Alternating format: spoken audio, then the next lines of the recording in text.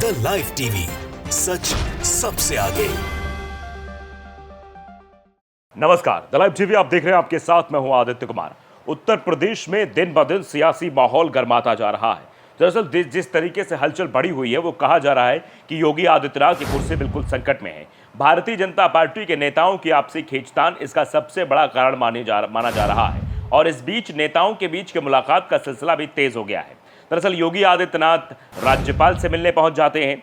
UP के BJP के अध्यक्ष ने पीएम मोदी को इस खींचतान की पूरी रिपोर्ट सौंपी है। भूपेंद्र चौधरी गृह मंत्री अमित शाह से मिलते हैं। केशव के बगावती तेवर के बाद ये सियासी हलचल अब तेज नजर आ रही है। तो ये जो घटनाक्रम है वो हम आपको बता रहे हैं। दरअसल उत्तर प्रदेश में कहा जा रहा है कि केशव प्रसाद अपने बगावती सुर लगातार तेज करते जा रहे हैं, क्योंकि वो चाह रहे हैं कि कुर्सी उनको मिले। सीएम की कुर्सी को बहुत दिनों तक देख देख के वो परेशान हो गए, लेकिन वो उनकी अपनी नहीं हो पाई। पिछली बार भी लगा था, 2022 के चुनाव हुए तो उसके पहले भी ये लग रहा था कि हो सकता है कहीं ना कहीं उम्मीद जगेगी। 2022 के चुनाव के नतीजे आने के बाद वो भी सिरे से खारिज हो गई, क्योंकि प्रचंड जीत हासिल हुई भारतीय जनता पार्टी को, और क्योंकि योगी आदित्यनाथ के नेतृत्व में चुनाव हुआ तो योगी आदित्यनाथ को सेहरा पहनाना लाजमी था। लेकिन अब जो हलचलें हो रही हैं, लगातार ये सारी चीज़ें बीजेपी अध्यक्ष ने सौंपी है प्रधानमंत्री नरेंद्र मोदी को सारी रिपोर्ट, क्या कुछ हो रहा है। भूपेंद्र चौधरी गृह मंत्री अमित शाह से मिले हैं। यानी अब रणनीति कौन बना रहा है, कौन क्या करने वाला है, ये देखना समझना बेहद दिलचस्प हो गया है। केशव मौर्य के लगातार बगावती तेवर के बाद उत्तर प्रदेश की राजनीतिक सरगर्मी बढ़ गई है। प्रदेश अध्यक्ष भूपेंद्र चौधरी ने बुधवार शाम को प्रधानमंत्री नरेंद्र मोदी और गृह मंत्री अमित शाह से भी मुलाकात की है। उन्होंने उत्तर प्रदेश में सरकार संगठन के बीच मौजूदा खींचतान और लोकसभा चुनाव की रिपोर्ट भी दी। यानी लोकसभा चुनाव की जो समीक्षा बैठक हो रही थी उसकी रिपोर्ट भी सौंपी गई, और साथ ही साथ ये भी बताया गया कि जो स्थितियां केशव प्रसाद मौर्य की ओर से तब्दील की जा रही हैं या बनाई जा रही हैं, वो बहुत जल्दी बड़ा रूप ले सकती है। ऐसे में भारतीय जनता पार्टी के अंदर जो खींचतान है वो अगर जनता के बीच पहुंचेगी तो इसका गलत मैसेज भी जाएगा, क्योंकि 10 सीटों पर उपचुनाव भी हैं। इधर मुख्यमंत्री योगी आदित्यनाथ ने आनंदीबेन पटेल यानी राज्यपाल जी से मुलाकात की है, महामहिम से मुलाकात की है। हालांकि इसे एक शिष्टाचार भेंट बताया गया है। इससे पहले योगी ने यूपी में 10 विधानसभा सीटों को पर होने वाले उपचुनाव को लेकर मंत्रियों के साथ बैठक भी की है। लोकसभा चुनाव में भाजपा को हुए सीटों के तगड़े नुकसान के बाद से ही भारतीय जनता पार्टी के अंदर ये खींचतान का दौर शुरू हो गया है।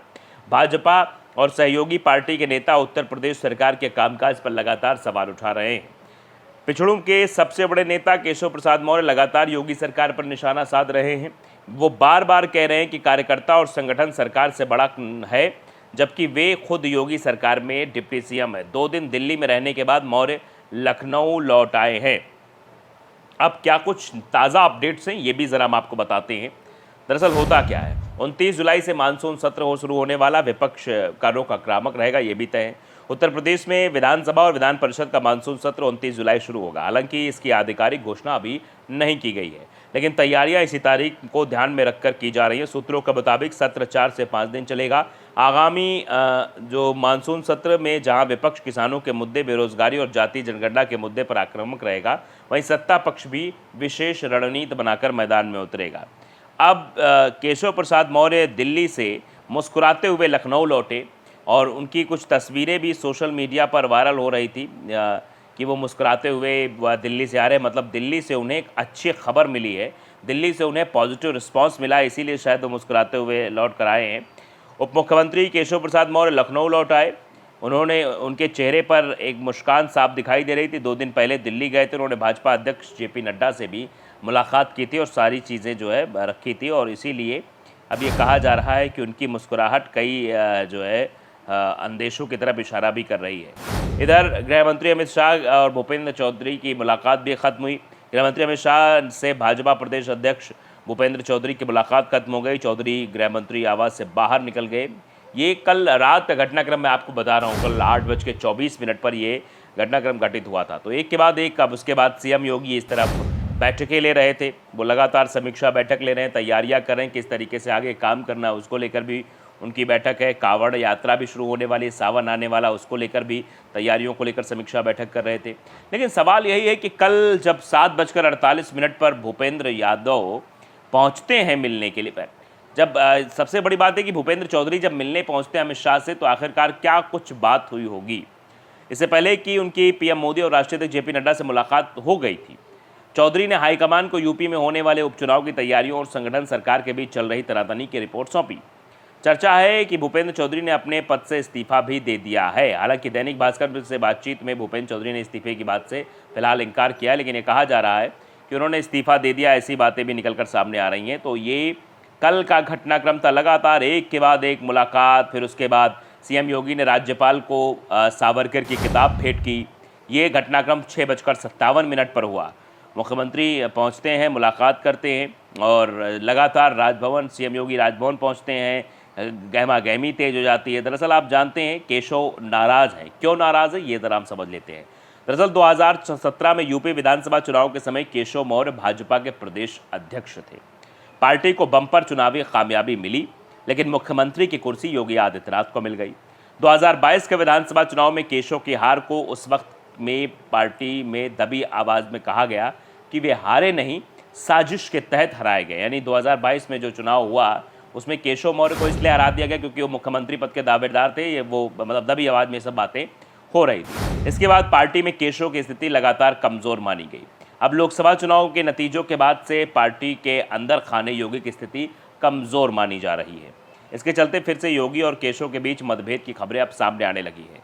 केशव ने 14 जुलाई को प्रदेश कार्य समिति की बैठक में ये कहकर सियासी हलचल बढ़ा दी कि सरकार से बड़ा संगठन, यानी संगठन ज़्यादा बड़ा है, सरकार नहीं। तो साफ तौर पर आप समझ सकते हैं सियासी हलचल बढ़ गई है और अब ये लगातार कैबिनेट के कार्यक्रमों से भी दूर केशव रह रहे हैं। जेपी नड्डा 14 जुलाई को भाजपा की प्रदेश कार्य समिति की बैठक में शामिल होने लखनऊ आए थे। उस समय भूपेंद्र चौधरी और केशव मौर्य की जेपी नड्डा से लंबी बातचीत हुई थी। केशव मौर्य और सीएम योगी आदित्यनाथ के बीच अनबन की खबरें थी। प्रदेश कार्य समिति की बैठक में केशव ने संगठन से को सरकार से बड़ा बताया था। वहीं सीएम योगी आदित्यनाथ ने नड्डा की मौजूदगी में लोकसभा चुनाव में भाजपा के हार की वजह बताई थी। लोकसभा चुनाव नतीजों के बाद केशव मौर्य कैबिनेट की बैठक में भी नहीं जा रहे थे। लखनऊ में रहने के बाद भी वो एक बार भी मीटिंग में नहीं गए थे, आप ये समझ सकते हैं। अब उसके बाद लोकसभा चुनाव में बड़ी हार के बाद उत्तर प्रदेश में भाजपा में बड़े बदलाव की भी खबरें सामने आ रही। इस बीच भाजपा के प्रदेश अध्यक्ष भूपेंद्र चौधरी ने बुधवार यानी कि 17 जुलाई को दिल्ली में प्रधानमंत्री नरेंद्र मोदी से मुलाकात की। चौधरी ने करीब 1 घंटे की मुलाकात में लोकसभा चुनाव का फीडबैक दिया। उन्होंने संगठन और सरकार के बीच मौजूदा समय में चल रही खींचतान की रिपोर्ट भी सौंपी है। केशव प्रसाद मौर्य ने अखिलेश यादव के ट्वीट पर भी पलटवार किया। जो ट्वीट अखिलेश यादव द्वारा किया गया था उसको लेकर ये बातें कही गई। वो कह रहे थे, सपा बहादुर श्री अखिलेश यादव जी, भाजपा की देश और प्रदेश दोनों जगह मजबूत संगठन और सरकार है। सपा का पीटीए धोखा है। यूपी में सपा गुंडाराज की वापसी असंभव है। भाजपा 2027 के विधानसभा चुनाव में 2017 दोहराएगी। 2017 में जो जीत हुई थी वही दोहराई जाएगी, ऐसी बात कह रहे हैं। यानी कि इशारों में केशव प्रसाद मौर्य ये भी कह रहे थे कि 2017 में कमान मेरे हाथों में थी, तो 2017 में मैंने जिताया था और इस बार 2027 में जब कमान हमारे हाथों में आएगी 10 सालों बाद, तो भी हम जिताएंगे और मुख्यमंत्री बनेंगे। इशारों में केशव प्रसाद मौर्य ने अखिलेश यादव को जवाब देते हुए अपने पार्टी के लोगों को भी ये संदेश पहुंचा दिया। लाइव टीवी को अगर आपने सब्सक्राइब नहीं किया जरूर करिए, बेल आइकन दबाइए ताकि सच खबरें आप तक पहुंचती रहें। नमस्कार। द लाइव टीवी, सच सबसे आगे।